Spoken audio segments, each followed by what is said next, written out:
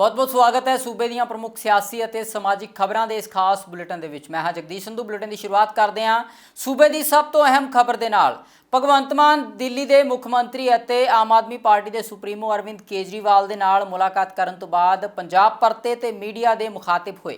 इस मौके भगवंत मान ने किसानी अंदोलन नूं लैके मीडिया नाल गलबात करदिआं कहा है कि उन्होंने कदे भी किसान जथेबंदियां नाल मिलन तो इनकार नहीं किया, जरूर मुलाकात करनगे वो किसान जथेबंदियां दे नाल। इस दे नाल ही उन्होंने कहा है कि मूंगी अते बासमती की फसल ते सूबा सरकार MSP जरूर देगी। देखो गलबात का दौर जिहड़ा वो हमेशा खुला है, उन्होंने भी हक है कि वो जिहड़ा डेमोक्रेटिक राइट है उन्होंने धरना दे सकते हैं, पर वो मुद्दे जिहड़े ने वो दस देण। मैं तो अपने वालों बहुत वड्डा वातावरण प्रेमी होने के नाते धरती का पानी हवा ते वातावरण बचाने की कोशिश कर रहे हैं ते उन्हां दे जिहड़े मुद्दे ने साडी सरकार वालों उन्हां नाल अज भी गलबात की गई है ते वो सानूं दस देण ते मिल के गल कर लांगे। खास करके मिलना चाहते हो, कहंदे कि भगवंत मान किसानी नूं बहुत समझदे ने, उन्हां तो उम्मीद ज्यादा है, इसी करके तुहाडे नाल सीधी मुलाकात करनी चाहते हैं। ते मुलाकात करने का तरीका मुर्दाबाद थोड़ी है। फिर कदों जी जो मर्जी आओ, मैं तो पहला भी बुलाया सी उन्होंने, मैं उदों पहला भी बुलाਉਂਦਾ ਰਿਹਾ। सो मैं खुद किसान का बेटा, सो मैनू पता है कि किमें हो सकता है।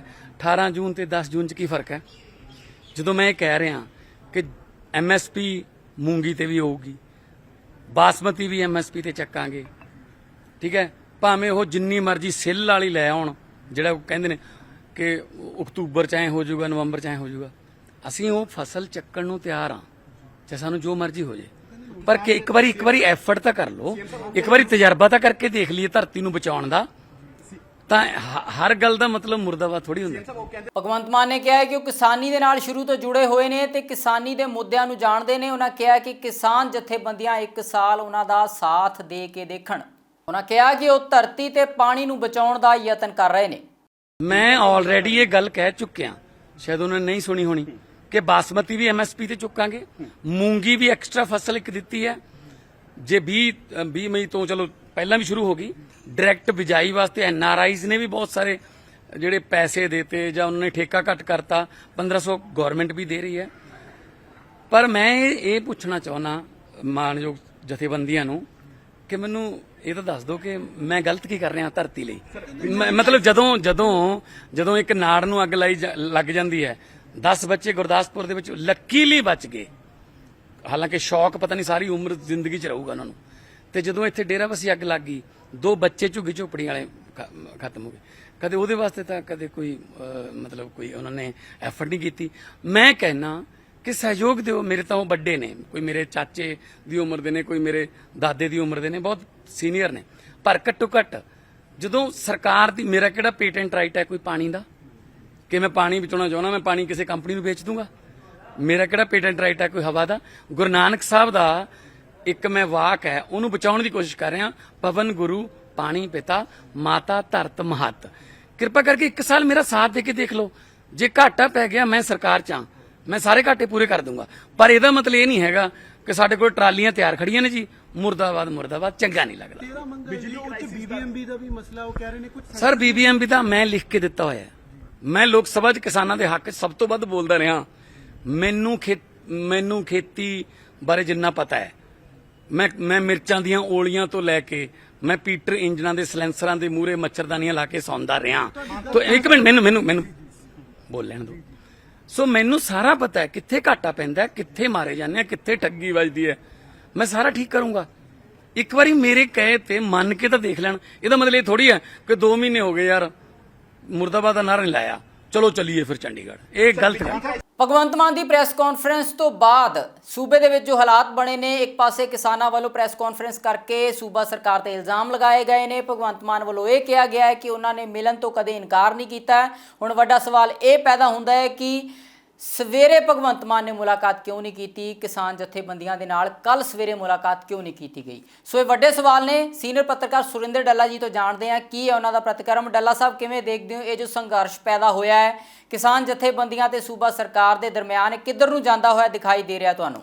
देखो जगदीश जी, भगवंत मान होनी दिल्लियों वापस आए कल राती हवाई अड्डे ते, और उस तो बाद जिहड़ा भगवंत मान होना दा बयान सी, उस बयान तो बाद एक नवी तरह का माहौल है जिहड़ा बनया। हालांकि रिएक्शन की आउंदा है भगवंत मान दे बयान ते वख-वख किसान जथेबंदियां दा, किसान लीडरां दा, ये थोड़ी देर तक अज सानू सारिਆਂ ਨੂੰ साफ हो जाएगा। पर मैनू ये लगता है कि डेमोक्रेसी दे विच सानू जिथे असी प्रोटेस्ट ने जिहड़े असी उन्हां दा हमेशा सत्कार करते हैं कि जिहड़े प्रोटेस्ट के जरिए साडे तक सही गल पहुँचती है, जदों जनमानस इकट्ठा होकर प्रोटेस्ट करता किसी मुद्दे ते। उस तरह मैनू लगता है कि कोई भी मुख मंत्री होवे सूबे का, अगर किसान अपनियां मंगां नूं लैके, यूनीयन वाले अपनियां मंगां नूं लैके मुर्दाबाद के नारे लाउंदे ने, तो मैनू लगता है खुले दिल दे नाल मुर्दाबाद के नारे स्वीकार करने चाहिए ने। वो मुर्दाबाद के नारे किसी एक व्यक्ति विशेष लिए नहीं हुंदे, वो मुर्दाबाद के नारे स्टेट के उस सिस्टम के लिए हुंदे ने जिहड़े सिस्टम नूं वो जगाउणा चाहुंदे ने। सो मैनू ये लगता है कि भगवंत मान होना ने हालांकि बहुत मिठे मिठे तरीके दे नाल ये गल है जिहड़ी उन्होंने रखी है। मैनू लगता है कि किसान जथेबंदियां ते सारे लोग भी ये महसूस करनगे कि असी मिल जुल के अगे वधना है, असी एक दूसरे नूं समझना है। पंजाब की खेती तां ही तरक्कियां छुएगी। मुख मंत्री है जिहड़ा सूबे का, उहदा भी आदर सत्कार जरूरी है, और जिहड़ी किसानी है उहदा भी आदर सत्कार जरूरी है, क्योंकि दोहें धिरां बहुत अहम ने। और किसान जथेबंदियां, मैनू ये लगता है कि अज उन्हां दी कोशिश यही होनी है कि साडी हर हालत च भगवंत मान होना दे नाल मुलाकात होवे। और अगर मेरा तो यह मनना है कि कल ही भगवंत मान होना नूं मुलाकात कर लैनी चाहिए सी किसान जथेबंदियां नाल, और अगर अज भगवंत मान और किसान जथेबंदियां दी मुलाकात हो जाती है, इहदा बहुत वेलकम होएगा। प्रधानमंत्री साहब ने भी साडे यही गलती की सी कि उन्होंने समय सिर किसान जथेबंदियां नाल मीटिंग नहीं की। अगर बीजेपी ने वक्त रहंदे किसान अंदोलन नूं समझिया हुंदा ते अज पंजाब च सियासी तौर पर बीजेपी नूं मात नहीं सी पैनी, बीजेपी किते स्टैंड करदी। अज तो 2 सीटां आईयां बीजेपी कोले, पर मोदी साहब ने जदों महसूस किया कि किसान अंदोलन सही सी ते फिर सॉरी भी फील की।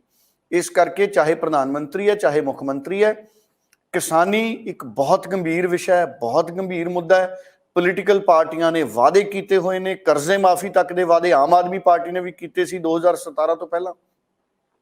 सो किसी भी कीमत ते किसानां दे नाल मुख मंत्री दी और सारे अधिकारियों की समूहिक मीटिंग होनी जरूरी है, और उहदे उस स्टेट दे हित च है। मैं आस करदा कि अज वो मीटिंग भगवंत मान और किसानां च होएगी। अगर ये मीटिंग नहीं हुंदी तो फिर सरकार ते किसानां दे विच जिहड़ी दूरी वधी हुई लग रही है वो खत्म नहीं होनी।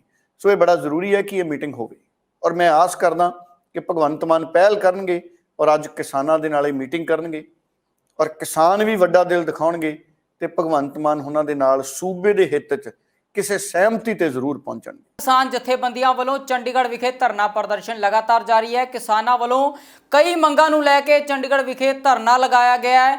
किसानां ने अज प्रैस कॉन्फ्रेंस की है तो इल्जाम लगाए ने कि मुख मंत्री ने सवेरे मिलन की गल कही गई सी मुख्यमंत्री दफ्तर वालों, पर किसानां नाल मुलाकात नहीं की गई। इस दे नाल ही किसानां ने यह भी मांग की है कि मुख्यमंत्री आप किसानां नाल मीटिंग करन, क्योंकि फैसला लैण दा अधिकार मुख्यमंत्री दे कोल है। इस करके किसान जथेबंदियां मुख्यमंत्री दे नाल ही मीटिंग करनगियां। सुबह का टाइम इत्थों तक गल पहुँच गई कि सानू लैण वास्ते अधिकारी भी चली गए मीटिंग दे विच, ते फिर गड्डी भी आ जाती है सानू लैके जाण लई।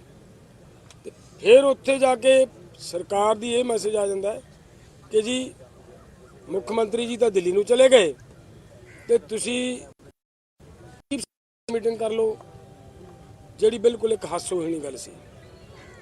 तो उन्हां मीटिंगां दा कोई तुक नहीं बनदी है। साडीआं समस्यावां ने जिहड़ियां, उन्हां समस्यावां दा हल मुख्यमंत्री ही कर सकदा है।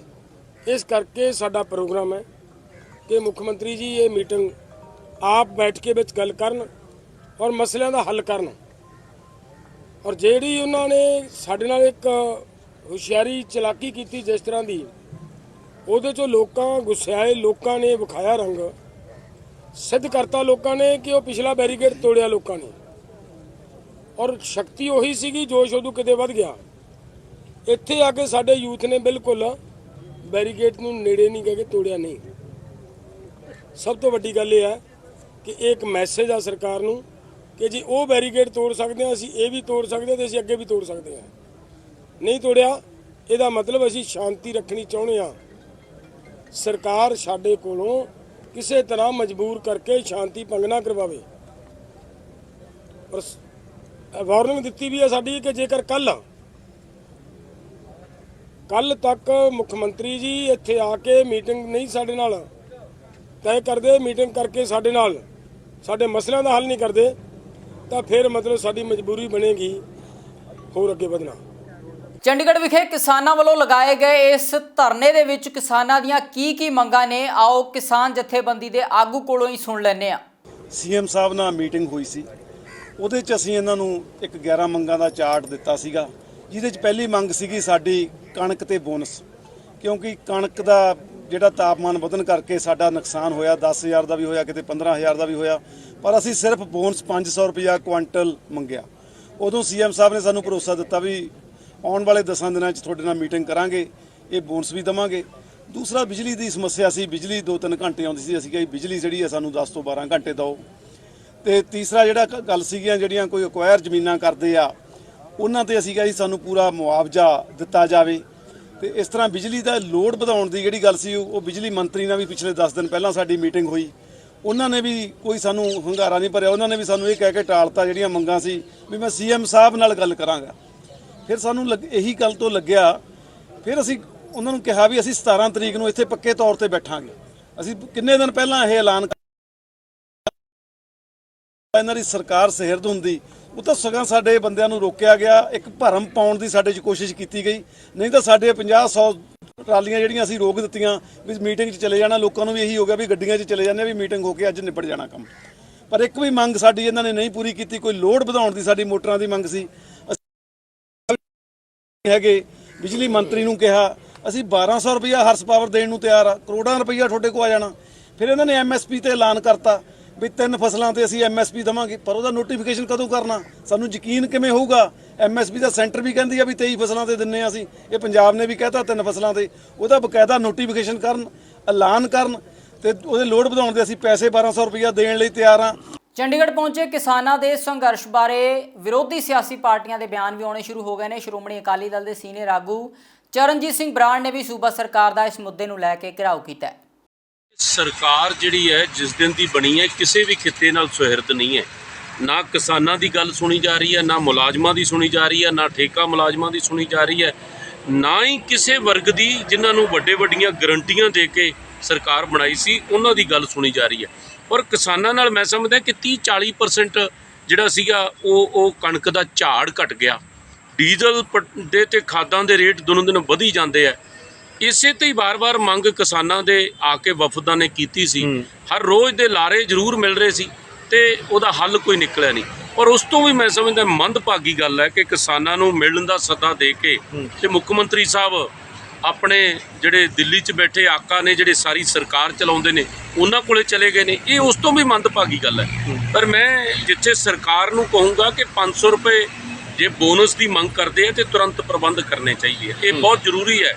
ਔਰ ਦੂਜੀ ਮੈਂ ਪੰਜਾਬ ਦੇ ਸਾਰੇ ਕਿਸਾਨਾਂ ਨੂੰ ਵੀ ਹੱਥ ਜੋੜ ਕੇ ਬੇਨਤੀ ਕਰੂੰਗਾ ਕਿ ਸਾਡਾ ਜਿਹੜਾ ਕੋਈ ਵੀ ਸੰਘਰਸ਼ ਹੋਵੇ, ਕੋਈ ਵੀ ਕਦਮ ਹੋਵੇ, ਉਹ ਸ਼ਾਂਤਮਈ ਹੋਣਾ ਚਾਹੀਦਾ ਤਾਂ ਕਿ ਸਰਕਾਰਾਂ ਕਿਸੇ ਤਰੀਕੇ ਸਾਡੇ ਸੰਘਰਸ਼ ਨੂੰ ਬਦਨਾਮ ਨਾ ਕਰਨ। ਤੇ ਉਧਰ ਸਕੂਲੀ ਪਾਠਕ੍ਰਮ ਚੋਂ ਸ਼ਹੀਦ ਭਗਤ ਸਿੰਘ ਬਾਰੇ ਪਾਠ ਹਟਾਏ ਜਾਣ ਦੇ ਇਲਜ਼ਾਮਾਂ ਨੂੰ ਲੈ ਕੇ ਆਮ ਆਦਮੀ ਪਾਰਟੀ ਨੇ ਬੀਜੇਪੀ ਦੀ ਕੇਂਦਰ ਸਰਕਾਰ ਦਾ ਘਿਰਾਓ ਕੀਤਾ।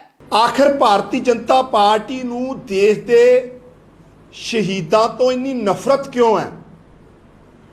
ਆਖਿਰ ਭਾਰਤੀ ਜਨਤਾ ਪਾਰਟੀ ਦੇਸ਼ ਲਈ ਕੁਰਬਾਨ ਹੋਣ ਵਾਲੇ ਸਰਦਾਰ ਭਗਤ ਸਿੰਘ ਵਰਗੇ ਸ਼ਹੀਦਾਂ ਦੀ ਥਾਂ ਤੇ ਉਹ ਲੋਕਾਂ ਨੂੰ ਦੇਸ਼ ਦਾ ਆਈਕਨ ਕਿਉਂ ਬਣਾਉਣ ਰਹੀ ਆ, ਥੋਪ ਰਹੀ ਆ, ਜਿਹੜੇ ਦੇਸ਼ ਨਾਲ ਗੱਦਾਰੀ ਕਰਦੇ ਰਹੇ, ਅੰਗਰੇਜ਼ਾਂ ਨਾਲ ਮਿਲਦੇ ਰਹੇ। ਇਹ ਭਾਰਤੀ ਜਨਤਾ ਪਾਰਟੀ ਦੀ ਸੱਚਾਈ ਹੈ। ਔਰ ਮੈਨੂੰ ਬੜੇ ਅਫਸੋਸ ਨਾਲ ਕਹਿਣਾ ਪੈ ਰਿਹਾ, ਕਰਨਾਟਕ ਦੀ ਭਾਰਤੀ ਜਨਤਾ ਪਾਰਟੀ ਨੇ ਜਿਸ ਤਰੀਕੇ ਨਾਲ ਸਰਦਾਰ ਭਗਤ ਸਿੰਘ ਜੀ ਦੀ ਕਿਤਾਬ ਚੋਂ ਉਹਨਾਂ ਦੇ ਬਾਰੇ ਪੂਰਾ ਲੈਸਨ ਖਤਮ ਕਰਕੇ, ਚੈਪਟਰ ਨੂੰ ਖਤਮ ਕਰਕੇ ਆਪਣੇ ਇੱਕ ਸੰਗਠਨ ਦੇ ਲੀਡਰ ਨੂੰ ਉੱਥੇ ਥਾਂ ਦਿੱਤੀ ਆ। ਇੱਥੋਂ ਹੀ ਇਹਨਾਂ ਦੀ ਮਾਨਸਿਕਤਾ, ਦੇਸ਼ ਦੇ ਸ਼ਹੀਦਾਂ ਦੇ ਪ੍ਰਤੀ ਇਹਨਾਂ ਦਾ ਸਤਿਕਾਰ ਪਤਾ ਲੱਗ ਜਾਂਦਾ ਹੈ। ਭਾਰਤੀ ਜਨਤਾ ਪਾਰਟੀ ਦੀ ਇਸ ਕਰਤੂਤ ਨੂੰ ਲੈ ਕੇ ਸਾਰੇ ਦੇਸ਼ 'ਚ ਰੋਸ਼ ਹੈ ਔਰ ਇਹਨਾਂ ਨੂੰ ਮਜਬੂਰ ਕਰਾਂਗੇ ਅਸੀਂ ਆਉਣ ਵਾਲੇ ਟਾਈਮ 'ਚ ਕਿ ਸਰਦਾਰ ਭਗਤ ਸਿੰਘ ਵਰਗੇ ਸ਼ਹੀਦ ਜਿਨ੍ਹਾਂ ਨੇ ਆਪਣੀਆਂ ਜਵਾਨੀਆਂ ਇਸ ਮੁਲਕ ਦੀਆਂ ਆਉਣ ਵਾਲੀਆਂ ਜਿਹੜੀਆਂ ਸਾਡੀਆਂ ਪੀੜ੍ਹੀਆਂ ਉਹਨਾਂ ਵਾਸਤੇ ਕੁਰਬਾਨ ਕਰਤੀਆਂ, ਉਹ ਹਮੇਸ਼ਾ ਇਸ ਦੇਸ਼ ਦੇ ਆਈਕਨ ਸਤਿਕਾਰਿਤ ਰਹਿਣਗੇ ਔਰ ਉਹਨਾਂ ਦਾ ਜਿਹੜਾ ਇਤਿਹਾਸ ਹੈ ਉਹਨਾਂ ਤੋਂ ਪ੍ਰੇਰਣਾ ਲੈ ਕੇ ਦੇਸ਼ ਹਮੇਸ਼ਾ ਅੱਗੇ ਵਧਦਾ ਰਹੇਗਾ। ਸ਼ਹੀਦ ਭਗਤ ਸਿੰਘ ਬਾਰੇ ਪਾਠਕ੍ਰਮ ਚੋਂ ਪਾਠ ਹਟਾਏ ਜਾਣ ਦੇ ਮਾਮਲੇ ਨੂੰ ਲੈ ਕੇ ਬੀਜੇਪੀ ਦਾ ਪ੍ਰਤੀਕਰਮ ਆਇਆ ਹੈ। ਬੀਜੇਪੀ ਦੇ ਆਗੂ ਅਨਿਲ ਸਰੀਨ ਨੇ ਕਿਹਾ ਕਿ ਅਜਿਹਾ ਕੁਝ ਵੀ ਨਹੀਂ ਹੈ, ਪਾਠਕ੍ਰਮ ਦੇ ਵਿੱਚੋਂ ਸ਼ਹੀਦ ਭਗਤ ਸਿੰਘ ਬਾਰੇ ਪਾਠ ਹਟਾਇਆ ਨਹੀਂ ਗਿਆ। ਬੜੀ ਹੈਰਾਨੀ ਦੀ ਗੱਲ ਹੈ, ਝੂਠ ਬੋਲਣ ਦੀ ਕੋਈ ਹੱਦ ਹੁੰਦੀ ਹੈ, ਲੇਕਿਨ ਆਮ ਆਦਮੀ ਪਾਰਟੀ ਤੇ ਬੇਸ਼ਰਮੀ ਤੋਂ ਉਤਰ ਆਈ ਹੈ। ਅੱਜ ਇਹ ਸਾਰੇ ਚੈਨਲਸ ਉੱਤੇ ਪ੍ਰੈਸ ਕਾਨਫਰੰਸ ਕਰਕੇ ਭਰਮ ਫੈਲਾਇਆ ਗਿਆ ਕਿ ਕਰਨਾਟਕਾ 'ਚ ਭਗਤ ਸਿੰਘ ਜੀ ਦੇ ਚੈਪਟਰ ਨੂੰ ਡਿਲੀਟ ਕਰ ਦਿੱਤਾ ਗਿਆ ਔਰ ਹੈਡਗੇਵਾਰ ਜੀ ਦੇ ਨਾਲ ਰਿਲੇਟਡ ਚੈਪਟਰ ਉਹ 'ਚ ਇਨਕਾਰਪੋਰੇਟ ਕੀਤਾ ਗਿਆ। ਮੈਂ ਬੜੇ ਸਪਸ਼ਟ ਸ਼ਬਦਾਂ 'ਚ ਸਪਸ਼ਟ ਕਰ ਦੇਣਾ ਚਾਹਣਾ ਸਾਰੇ ਪੰਜਾਬੀਆਂ ਨੂੰ, ਭਾਰਤੀ ਜਨਤਾ ਪਾਰਟੀ ਸ਼ਹੀਦਾਂ ਦੇ ਪ੍ਰਤੀ ਨਤਮਸਤਕ ਹੈ। ਉਹਨਾਂ ਦਾ ਆਦਰ ਸਤਿਕਾਰ ਜੇ ਹਿੰਦੁਸਤਾਨ 'ਚ ਕੋਈ ਪਾਰਟੀ ਕਰਦੀ ਹੈ, ਉਹਨਾਂ ਦੇ ਦਿਖਾਏ ਹੋਏ ਆਦਰਸ਼ਾਂ ਤੇ ਚੱਲਦੀ ਹੈ ਤੇ ਕੇਵਲ ਭਾਰਤੀ ਜਨਤਾ ਪਾਰਟੀ ਚੱਲਦੀ ਹੈ।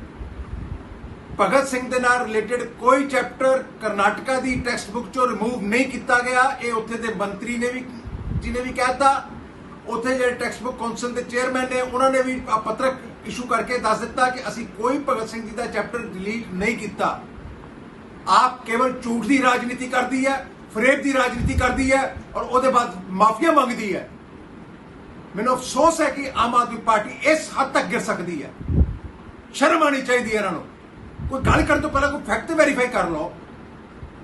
ਸਵਾਇ ਝੂਠ ਦੇ ਤੁਹਾਨੂੰ ਕੰਮ ਕੋਈ ਨਹੀਂ ਰਹਿ ਗਿਆ। ਲੋਕਾਂ ਨਾਲ ਜਿਹੜੇ ਵਾਅਦੇ ਕੀਤੇ ਉਹ ਪੂਰੇ ਨਹੀਂ ਤੁਸੀਂ ਕਰਦੇ ਔਰ ਲੋਕਾਂ ਦਾ ਧਿਆਨ ਭਟਕਾਉਣ ਵਾਸਤੇ ਰੋਜ਼ ਨਵਾਂ ਕੋਈ ਸ਼ੋਸ਼ਾ ਛੱਡਦੇ ਹੋ। ਸ਼ਰਮ ਕਰੋ ਕੁਛ। ਔਰ ਪੰਜਾਬੀਆਂ ਦੇ ਮਨ 'ਚ ਬਹੁਤ ਗੁੱਸਾ ਹੈ ਤੁਹਾਡੇ ਇਹੋ ਝੂਠ ਤੋਂ ਫਰੇਬ ਦੇ ਉੱਤੇ। ਉਧਰ ਕਾਂਗਰਸ ਦੇ ਸੀਨੀਅਰ ਆਗੂ ਰਾਜਕੁਮਾਰ ਵੇਰਕਾ ਵੱਲੋਂ ਵੀ ਸੂਬਾ ਸਰਕਾਰ ਦਾ ਇਹ ਕਹਿ ਕੇ ਘਿਰਾਓ ਕੀਤਾ ਗਿਆ ਹੈ ਕਿ ਇੱਕ ਪਾਸੇ ਕਿਸਾਨ ਚੰਡੀਗੜ੍ਹ ਵਿਖੇ ਧਰਨਾ ਪ੍ਰਦਰਸ਼ਨ ਕਰ ਰਹੇ ਨੇ ਤੇ ਦੂਜੇ ਪਾਸੇ ਸੀਐਮ ਭਗਵੰਤ ਮਾਨ ਦਿੱਲੀ ਦੌਰੇ ਤੇ ਚਲੇ ਗਏ ਨੇ। ਉਹਨਾਂ ਕਿਹਾ ਕਿ ਸੀਐਮ ਨੂੰ ਪਹਿਲਾਂ ਕਿਸਾਨਾਂ ਦੇ ਨਾਲ ਮੁਲਾਕਾਤ ਕਰਨੀ ਚਾਹੀਦੀ ਸੀ। ਵਿਰਕਾ ਸਾਹਿਬ, ਇੱਕ ਪਾਸੇ ਕਿਸਾਨਾਂ ਨੇ ਮੋਰਚਾ ਲਾਇਆ ਤੇ ਸੀਐਮ ਦਿੱਲੀ ਚਲ ਗਏ ਨੇ, ਕੀ ਕਹਣਾ? ਬਈ ਇਹ ਗੱਲ ਸੱਚ ਆ ਬਈ ਇੱਕ ਪਾਸੇ ਕਿਸਾਨ ਧੁੱਪ ਦੇ ਵਿੱਚ ਵਿਚਾਰੇ ਸੜ ਰਹੇ ਐ ਤੇ ਭਗਵੰਤ ਮਾਨ ਜੀ ਜਹਾਜ਼ 'ਚ ਬਹਿ ਕੇ ਤੇ ਕੇਜਰੀਵਾਲ ਕੋਲ ਚਲੇ ਗਏ। ਜਿਹਨੂੰ ਕਹਿੰਦੇ ਆ ਨਾ ਕਿ ਏਸੀ ਵਿੱਚ ਸਰਕਾਰ ਤੇ ਧੁੱਪ ਵਿੱਚ ਕਿਸਾਨ ਹੈ ਤੇ ਕੇਜਰੀਵਾਲ ਦੇ ਪੈਰਾਂ 'ਚ ਜਾ ਕੇ ਦਿੱਲੀ ਬੈਠਾ ਭਗਵੰਤ ਮਾਨ। ਬਈ ਅੱਜ ਜ਼ਰੂਰਤ ਇਸ ਗੱਲ ਦੀ ਹੈ ਕਿ ਜੇ ਆਪਣੇ ਕਿਸਾਨਾਂ ਨਾਲ ਬਹਿ ਕੇ ਗੱਲ ਕਰਦੇ, ਆਪਣੇ ਕਿਸਾਨਾਂ ਦੇ ਦੁੱਖ ਤਕਲੀਫ ਨੂੰ ਜਾਣਨ ਦੀ ਕੋਸ਼ਿਸ਼ ਕਰਦੇ। ਇੱਕ ਪਾਸੇ DGP Sahib law and order ਨੂੰ ਮੇਨਟੇਨ ਕਰਨ ਵਾਸਤੇ ਪੈਰਾ ਮਿਲਟਰੀ ਫੋਰਸਸ ਮੰਗਦੇ ਫਿਰਦੇ ਆ, ਉੱਥੇ ਜਾ ਕੇ ਤਰਲਾ ਮਾਰਦੇ ਫਿਰਦੇ ਆ ਕਿ ਇੱਥੇ ਲਾਅ ਐਂਡ ਆਰਡਰ ਦੀ ਹਾਲਤ ਬਦ ਨਾਲੋਂ ਬੱਤਰ ਹੈ। ਕਿਸਾਨ ਖੁਦਕਸ਼ੀਆਂ ਕਰ ਰਹੇ ਹੈ, ਗੈਂਗਸਟਰ ਦੰਦ ਨਾ ਰਹੇ ਹੈ, ਕਤਲੋ ਗਰਦ ਹੋ ਰਹੀ ਹੈ ਔਰ ਨਸ਼ਿਆਂ ਨਾਲ ਲੋਕ ਮਰ ਰਹੇ ਹੈ। ਤੇ ਭਗਵੰਤ ਮਾਨ ਜੀ ਦਿੱਲੀ ਦਾ ਖੇੜਾ ਛੱਡੋ, ਪੰਜਾਬ 'ਚ ਬਹਿ ਕੇ ਪੰਜਾਬੀਆਂ ਦੀ ਗੱਲ ਕਰੋ। ਇਹ ਕਿਹੜਾ ਬਦਲਾਅ ਲੈ ਕੇ ਆਉਣਾ ਚਾਹੁੰਦੇ ਹੋ ਤੁਸੀਂ? ਇਹ ਪੰਜਾਬ ਬਦਲ ਨਹੀਂ ਰਿਹਾ, ਪੰਜਾਬ ਬਰਬਾਦ ਹੋ ਰਿਹਾ। ਤੇ ਉਧਰ ਨਵਜੋਤ ਸਿੰਘ ਸਿੱਧੂ ਦੁਆਰਾ ਵੀ ਕਿਸਾਨੀ ਮੁੱਦੇ ਨੂੰ ਲੈ ਕੇ ਇੱਕ ਤੋਂ ਬਾਅਦ ਇੱਕ ਟਵੀਟ ਕੀਤੇ ਗਏ ਨੇ। ਨਵਜੋਤ ਸਿੰਘ ਸਿੱਧੂ ਨੇ ਕਿਸਾਨਾਂ ਨੂੰ ਬੋਨਸ ਨਾ ਦੇਣ ਦੇ ਮੁੱਦੇ ਨੂੰ ਲੈ ਕੇ ਸੂਬਾ ਸਰਕਾਰ ਦਾ ਘਿਰਾਓ ਕੀਤਾ ਹੈ। ਆਪਣੇ ਟਵੀਟਸ ਦੇ ਵਿੱਚ ਨਵਜੋਤ ਸਿੰਘ ਸਿੱਧੂ ਨੇ ਬਿਜਲੀ ਸਪਲਾਈ ਤੇ ਵੀ ਸੂਬਾ ਸਰਕਾਰ ਨੂੰ ਸਵਾਲ ਕੀਤੇ ਨੇ। ਉਹਨਾਂ ਕਿਹਾ ਹੈ ਕਿ ਮੂੰਗੀ ਦੇ ਉੱਪਰ MSP ਦੀ ਗੱਲ ਤਾਂ ਸੂਬਾ ਸਰਕਾਰ ਨੇ ਕੀਤੀ ਹੈ, ਪਰ ਅਜੇ ਤੱਕ ਨੋਟੀਫਿਕੇਸ਼ਨ ਜਾਰੀ ਕਿਉਂ ਨਹੀਂ ਕੀਤੀ ਗਈ। ਨਵਜੋਤ ਸਿੰਘ ਸਿੱਧੂ ਨੇ ਸੂਬੇ ਦੇ ਵਿੱਚ ਕਾਨੂੰਨ ਵਿਵਸਥਾ ਨੂੰ ਲੈ ਕੇ ਵੀ ਟਵੀਟ ਕਰਕੇ ਸਰਕਾਰ ਦਾ ਘਿਰਾਓ ਕੀਤਾ। ਉਧਰ ਸੀਐਮ ਭਗਵੰਤ ਮਾਨ ਵਕੀਲਾਂ ਨੂੰ ਮਿਲਣ ਬਾਰ ਕੌਂਸਲ ਵਿਖੇ ਪਹੁੰਚੇ। ਉੱਥੇ ਪਹੁੰਚ ਕੇ ਭਗਵੰਤ ਮਾਨ ਨੇ ਵਕੀਲਾਂ ਦੀਆਂ ਮੁਸ਼ਕਲਾਂ ਹੱਲ ਕਰਨ ਦਾ ਭਰੋਸਾ ਦਿੱਤਾ। ਸੀਐਮ ਨੇ ਇਸ ਮੌਕੇ ਬਾਰ ਕੌਂਸਲ ਦੇ ਵਿੱਚ ਵਕੀਲ ਭਾਈਚਾਰੇ ਨੂੰ ਸੰਬੋਧਨ ਵੀ ਕੀਤਾ। ਕਾਨੂੰਨ ਜਿਹੜਾ ਤੁਸੀਂ ਇੱਥੋਂ ਲਾਗੂ ਕਰਦੇ ਹੋ, ਜਿਹੜਾ ਤੁਸੀਂ ਇੱਥੋਂ ਸਜ਼ਾ ਦੇ ਕੇ ਭੇਜਦੇ ਹੋ, ਉਹ ਇੰਪਲੀਮੈਂਟ ਵੀ ਹੋਣੀ ਚਾਹੀਦੀ ਹੈ। ਨਾ ਕਿ ਇਹ ਲੱਗੇ ਕਿ ਆਓ ਜੀ ਚਲੋ ਕੋਈ ਗੱਲ ਨਹੀਂ ਜੀ, ਚੋਰ ਮੋਰੀਆਂ ਹੈਗੀਆਂ ਨੇ, ਇੱਧਰ ਦੀ ਆ ਜਾਣਗੇ, ਬਾਹਰ ਇੱਧਰ ਦੀ ਆ ਜਾਣਗੇ। ਸੋ ਤੁਸੀਂ ਬਹੁਤ ਸਾਰੇ ਮੇਰੇ ਤੋਂ ਬਹੁਤ ਹੀ ਜ਼ਿਆਦਾ ਸੀਨੀਅਰ ਹੋ, ਬਹੁਤ ਸਾਰੇ ਵੱਡੇ ਵੱਡੇ ਫੈਸਲੇ ਤੁਹਾਡੀਆਂ ਕਲਮਾਂ ਰਾਹੀਂ ਹੋ ਚੁੱਕੇ ਨੇ ਤੇ ਅੱਜ ਦੀ ਡੇਟ 'ਚ ਇਨਸਾਫ ਦੀ ਗੁਹਾਰ ਜਿਹੜੀ ਹਰ ਬੰਦਾ ਲਾਉਂਦਾ ਹੈ ਔਰ ਇਨਸਾਫ ਮਿਲਣਾ ਚਾਹੀਦਾ ਹੈ। ਔਰ ਜਿੱਥੋਂ ਤੱਕ ਪ੍ਰਧਾਨ ਜੀ ਨੇ ਕਿਹਾ ਕਿ ਇੱਕ ਬਜਟ ਬਣਾ ਲਿਆ ਤੇ ਉਹ ਇਹਨਾਂ ਨੂੰ ਜ਼ਿਆਦਾ ਲੱਗਿਆ, ਮੈਂ ਇਹਦੇ ਨਾਲ ਸਹਿਮਤ ਹਾਂ।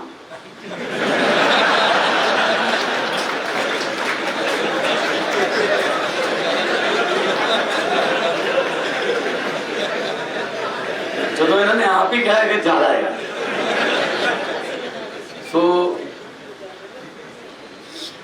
ਉਹਦੇ ਚ ਕਰਦੇ ਹੁੰਦੇ ਜਿਵੇਂ ਕਿ ਨਾ ਤੇਰਾ ਨਾ ਮੇਰਾ, ਦੋਨਾਂ ਦੀ ਰਹਿ ਜੂਗੀ।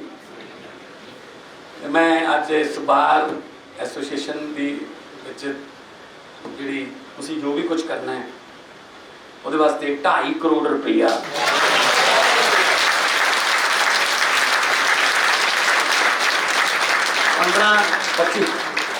25 ਲੱਖ ਇਸ ਕਰਕੇ ਘਟਾ ਲਿਆ ਕਿ ਉਹ 2.5 ਕਰੋੜ ਤੁਹਾਨੂੰ 3 ਦਿਨਾਂ ਦੇ ਵਿੱਚ ਆ ਜਾਊਗਾ। ਨਹੀਂ ਤਾਂ ਪਹਿਲਾਂ ਇੱਥੇ ਕਹਿੰਦੇ ਅਨਾਉਂਸਮੈਂਟ ਹੋਈਆਂ ਨੇ, ਤੱਕ ਆਏ ਨਹੀਂ। ਸੋ ਇਸ ਕਰਕੇ ਮੈਂ ਨਹੀਂ ਚਾਹੁੰਦਾ ਇਹ ਕਹਿਣਾ ਕਿ ਕੋਈ ਜੁਡੀਸ਼ਰੀ ਦੀ ਰਾਹ ਦੇ ਵਿੱਚ ਕੋਈ ਐਸੀ ਚੀਜ਼ ਹੋੜਾ ਬਣੇ। ਤੁਹਾਨੂੰ ਫੈਸਿਲਿਟੀਆਂ ਇੱਥੇ ਚਾਹੀਦੀਆਂ। ਸੀਐਮ ਸਾਹਿਬ ਦਾ ਫੈਸਿਲਿਟੇਸ਼ਨ ਅੱਜ first visit C after becoming the chief minister of ਦੀ ਪੰਜਾਬ। ਤਾਂ ਮੈਂ ਧੰਨਵਾਦੀ ਹਾਂ ਸਾਰੇ ਪੰਜਾਬ ਦੀ ਜਨਤਾ ਦੀ ਤਰਫੋਂ ਵੀ ਧੰਨਵਾਦ ਕਰਦਾ ਹਾਂ ਹਾਈ ਕੋਰਟ ਬਾਰ ਐਸੋਸੀਏਸ਼ਨ ਦਾ, ਜਿਨ੍ਹਾਂ ਨੇ ਸੀਐਮ ਸਾਹਿਬ ਨੂੰ ਨਿਯੋਤਾ ਦਿੱਤਾ ਅੱਜ ਤੇ ਮਾਣ ਦਿੱਤਾ, ਆਨਰ ਦਿੱਤਾ। ਸੀਐਮ ਸਾਹਿਬ ਨੇ ਆਪਦੀ ਸਪੀਚ ਦੇ ਵਿੱਚ ਵੀ ਇਹੀ ਗੱਲਾਂ ਕਹੀਆਂ ਨੇ ਤੇ ਇਸ ਦੇ ਨਾਲ ਹੀ ਪ੍ਰਧਾਨ ਜੀ, ਕਿਉਂਕਿ ਇਹ ਕੰਮ ਤਾਂ ਹਾਈ ਕੋਰਟ ਬਾਰ ਦੇ ਪ੍ਰੈਜ਼ੀਡੈਂਟ ਦਾ ਹੈ, ਇਹ ਗੱਲਾਂ ਕਰਨੀਆਂ ਮੇਰਾ ਕੰਮ ਨਹੀਂ ਹੈ। ਤਾਂ ਪਰ ਜੋ ਹਾਈ ਕੋਰਟ ਬਾਰ ਦੇ ਪ੍ਰੈਜ਼ੀਡੈਂਟ ਨੇ ਜੋ ਸੀਐਮ ਸਾਹਿਬ ਦੇ ਅੱਗੇ ਲਿਖੀ ਐਡਵੋਕੇਟ ਦੀ ਤਰਫੋਂ ਵੀ ਸਾਨੂੰ ਆਹ ਚੀਜ਼ਾਂ ਦੀ ਜ਼ਰੂਰਤ ਹੈ, ਉਹ ਸਾਰੀਆਂ ਉਹਨਾਂ ਨੇ ਡਿਮਾਂਡ ਰੱਖੀ ਸੀ 2 ਕਰੋੜ ਤੇ 75 ਲੱਖ ਦੀ। ਤਾਂ ਸੀਐਮ ਸਾਹਿਬ ਨੇ 2.5 ਕਰੋੜ ਰੁਪਏ ਅੱਜ ਹਾਈ ਕੋਰਟ ਬਾਰ ਐਸੋਸੀਏਸ਼ਨ ਨੂੰ ਦਿੱਤਾ ਹੈ। ਉਹ ਦੇ 2.25 ਕਰੋੜ ਹੀ ਦਿੰਦੇ, ਪਰ ਉਹ 25 ਲੱਖ ਉਹਨਾਂ ਨੇ ਡਿਸਕਾਊਂਟ ਇਸ ਕਰਕੇ ਲੈ ਲਿਆ ਕਿ ਚੈੱਕ ਕੱਲ੍ਹ ਨੂੰ ਆ ਜਾਏ। ਤੇ ਉਧਰ ਪੰਜਾਬ ਦੇ ਬਿਜਲੀ ਮੰਤਰੀ ਈਟੀਓ ਹਰਭਜਨ ਸਿੰਘ ਦਾ ਬਿਜਲੀ ਦੀ ਕਮੀ ਨੂੰ ਲੈ ਕੇ ਬਿਆਨ ਸਾਹਮਣੇ ਆਇਆ। ਉਹਨਾਂ ਨੇ ਕਿਹਾ ਕਿ ਝੋਨੇ ਦੇ ਆਉਂਦੇ ਸੀਜ਼ਨ ਦੇ ਵਿੱਚ ਕਿਸਾਨਾਂ ਨੂੰ ਬਿਜਲੀ ਦੀ ਕਮੀ ਦਾ ਸਾਹਮਣਾ ਨਹੀਂ ਕਰਨਾ ਪਵੇਗਾ। ਉਹਨਾਂ ਕਿਹਾ ਕਿ ਸਰਕਾਰ ਇਸ ਵਿਸ਼ੇ ਦੇ ਵਿੱਚ ਜ਼ਰੂਰੀ ਕਦਮ ਚੁੱਕ ਰਹੀ ਹੈ। ਉਹਨਾਂ ਕਿਹਾ ਕਿ ਬਿਜਲੀ ਦੀ ਕਮੀ ਦੇ ਨਾਲ ਆਮ ਲੋਕਾਂ ਨੂੰ ਵੀ ਪਰੇਸ਼ਾਨ ਨਹੀਂ ਹੋਣਾ ਪਵੇਗਾ। ਇਸ ਸਾਲ ਮਾਰਚ ਤੋਂ ਬਾਅਦ ਗਰਮੀ ਵਿੱਚ ਰਿਕਾਰਡ ਵਾਧੇ ਨਾਲ ਪਿਛਲੇ ਸਾਲ ਦੇ ਮੁਕਾਬਲੇ ਬਿਜਲੀ ਦੀ ਮੰਗ ਵਿੱਚ ਬੇਮਿਸਾਲ ਵਾਧਾ ਹੋਇਆ ਹੈ। ਮਾਰਚ 2022 ਵਿੱਚ ਪੰਜਾਬ ਵਿੱਚ ਬਿਜਲੀ ਦੀ ਪੀਕ ਡਿਮਾਂਡ ਪਿਛਲੇ ਸਾਲ ਨਾਲੋਂ 14% ਵੱਧ ਸੀ। ਅਪ੍ਰੈਲ ਵਿੱਚ ਇਹ ਮੰਗ ਵੱਧ ਕੇ 46% ਹੋ ਗਈ, ਜਦ ਕਿ ਮਈ ਵਿੱਚ ਇਹ ਮੰਗ 60% ਤੱਕ ਵੱਧ ਚੁੱਕੀ ਹੈ। ਮਈ 2022 ਦੇ ਦੌਰਾਨ 10,900 ਮੈਗਾਵਾਟ ਦੀ ਸਿਖਰ ਮੰਗ ਨੂੰ ਬਿਨਾਂ ਕਿਸੇ ਕਟੌਤੀ ਲਾਏ ਪੂਰਾ ਕੀਤਾ ਗਿਆ ਹੈ। ਮਈ 2021 ਵਿੱਚ ਪ੍ਰਾਈਵੇਟ ਥਰਮਲ ਪਲਾਂਟਾਂ ਸਮੇਤ ਰਾਜ ਵਿੱਚ ਸਿਰਫ 4 ਯੂਨਿਟ ਚੱਲ ਰਹੇ ਸਨ, ਜਦ ਕਿ ਮਈ 2022 ਵਿੱਚ 10 ਯੂਨਿਟ ਚੱਲ ਰਹੇ ਹਨ। ਰਾਜ ਦੇ ਬਾਹਰੋਂ ਟਰਾਂਸਮਿਸ਼ਨ ਸਮਰੱਥਾ 2021 ਵਿੱਚ 7100 ਮੈਗਾਵਾਟ ਸੀ, ਜੋ ਕਿ ਮਈ 2022 ਦੇ ਅਖੀਰ ਤੱਕ 8500 ਮੈਗਾਵਾਟ ਤੱਕ ਵਧਾਈ ਜਾ ਰਹੀ ਹੈ। ਬਿਜਲੀ ਦੀ ਮੰਗ ਨੂੰ ਪੂਰਾ ਕਰਨ ਲਈ ਪੰਜਾਬ ਵਿੱਚ 6500 ਮੈਗਾਵਾਟ ਬਿਜਲੀ ਉਪਲਬਧ ਹੈ।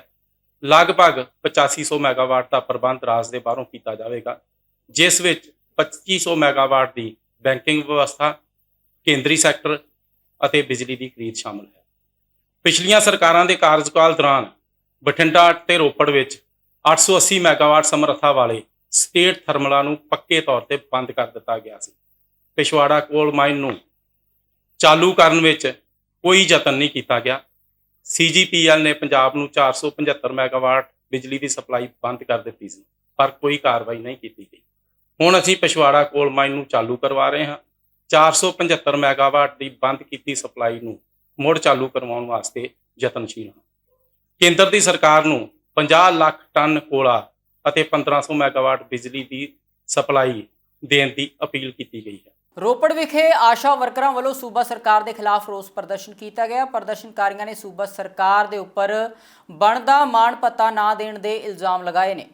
ਫੈਸਿਲੀਟੇਟਰ ਵਰਕਰ ਯੂਨੀਅਨ ਆ, ਇਹਨਾਂ ਨੂੰ ਪਿਛਲੀ ਸਰਕਾਰ ਨੇ 2500 ਰੁਪਇਆ ਮਾਣ ਭੱਤਾ ਮੰਨਿਆ ਤਾਂ ਜਨਵਰੀ 'ਚ ਉਹਦਾ ਨੋਟੀਫਿਕੇਸ਼ਨ ਵੀ ਹੋ ਗਿਆ, ਪਰ ਅੱਜ ਤੱਕ ਉਹ ਇਹਨਾਂ ਦੇ ਖਾਤੇ 'ਚ ਨਹੀਂ ਆਇਆ।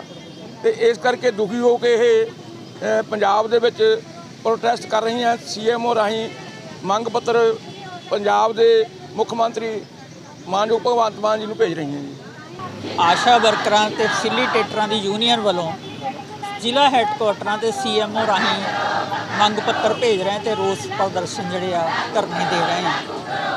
ਤੇ ਉਹਦਾ ਕਾਰਨ ਇਹ ਆ ਕਿ ਜਦੋਂ ਤੋਂ ਇਹ ਸਕੀਮ ਲਾਗੂ ਹੋਈ ਆ, ਲਗਾਤਾਰ ਜਥੇਬੰਦੀ ਬਣਾ ਕੇ ਲੜਦਿਆਂ 2500 ਰੁਪਇਆ ਇਹਨਾਂ ਨੇ ਇਨਸੈਂਟਿਵ ਆਪਣਾ ਜਿਹੜਾ ਸੀ ਚੰਨੀ ਸਰਕਾਰ ਤੋਂ ਮਨਜ਼ੂਰ ਨੋਟੀਫਿਕੇਸ਼ਨ ਕਰਵਾਇਆ ਸੀ। ਤੇ ਕਰੋਨਾ ਪੀਰੀਅਡ ਦੇ ਦੌਰਾਨ ਇਹਨਾਂ ਆਸ਼ਾ ਵਰਕਰਾਂ ਤੇ ਫੈਸਿਲੀਟੇਟਰਸ ਨੇ, ਜੋ ਡਾਕਟਰਸ ਤੇ ਪੈਰਾਮੈਡੀਕਲ ਸਟਾਫ ਨੇ ਮੂਹਰੇ ਵਾਲੀਆਂ ਕਤਾਰਾਂ 'ਚ ਕੰਮ ਕੀਤਾ, ਇਹਨਾਂ ਨੇ ਵੀ ਰਿਸਕ ਉਨਾ ਹੀ ਚੱਕਿਆ। ਜਿਹੜਾ ਉਹ ਇਹਨਾਂ ਨੂੰ ਮਿਲਦਾ ਸੀ ਉਹ ਵੀ ਬੰਦ ਕਰ ਦਿੱਤਾ ਗਿਆ, ਪਰ ਜਿਹੜਾ 2500 ਰੁਪਇਆ ਇਹ ਮੰਨੇ ਸੀ ਉਹ ਵੀ ਇਹਨਾਂ ਨੇ ਨਹੀਂ ਦਿੱਤਾ ਨੋਟੀਫਿਕੇਸ਼ਨ ਕਰਨ ਦੇ ਬਾਵਜੂਦ। ਇਸ ਕਰਕੇ ਇਹਨਾਂ ਬੇਰੁਜ਼ਗਾਰ ਲੜਕੀਆਂ ਨੂੰ ਸੜਕ ਤੇ ਆਉਣਾ ਪਿਆ ਤੇ ਸੰਘਰਸ਼ ਆਪਣਾ ਜਿਹੜਾ ਉਹਨੂੰ ਵਿੱਢਣਾ ਪਿਆ।